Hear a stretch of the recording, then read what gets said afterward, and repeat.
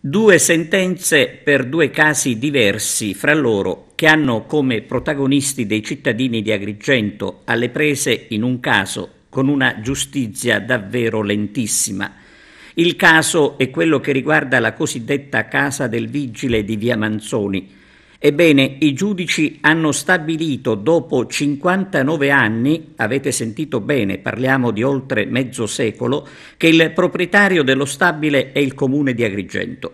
La sentenza chiarisce che la palazzina, chiamata appunto Casa del Vigile, è stata costruita su un fondo di proprietà del comune, per cui i proprietari degli appartamenti devono lasciarli liberi.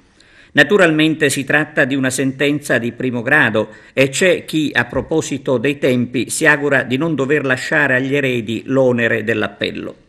La vicenda non può che suscitare anche l'ironia degli interessati.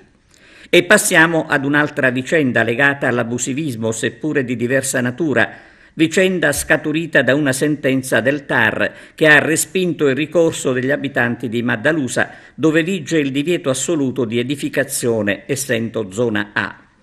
Per questo caso la giustizia amministrativa è andata un tantino più veloce, impiegando solo 8 anni dal ricorso presentato dai cittadini proprietari degli immobili che con il loro ricorso contestavano la validità del PRG. Dal canto suo il TAR ha ribadito che il piano regolatore generale vigente è quello valido e che il GUI Mancini è pienamente vigente e costituisce il solido regime vincolistico posto a fondamento del PRG di Agrigento.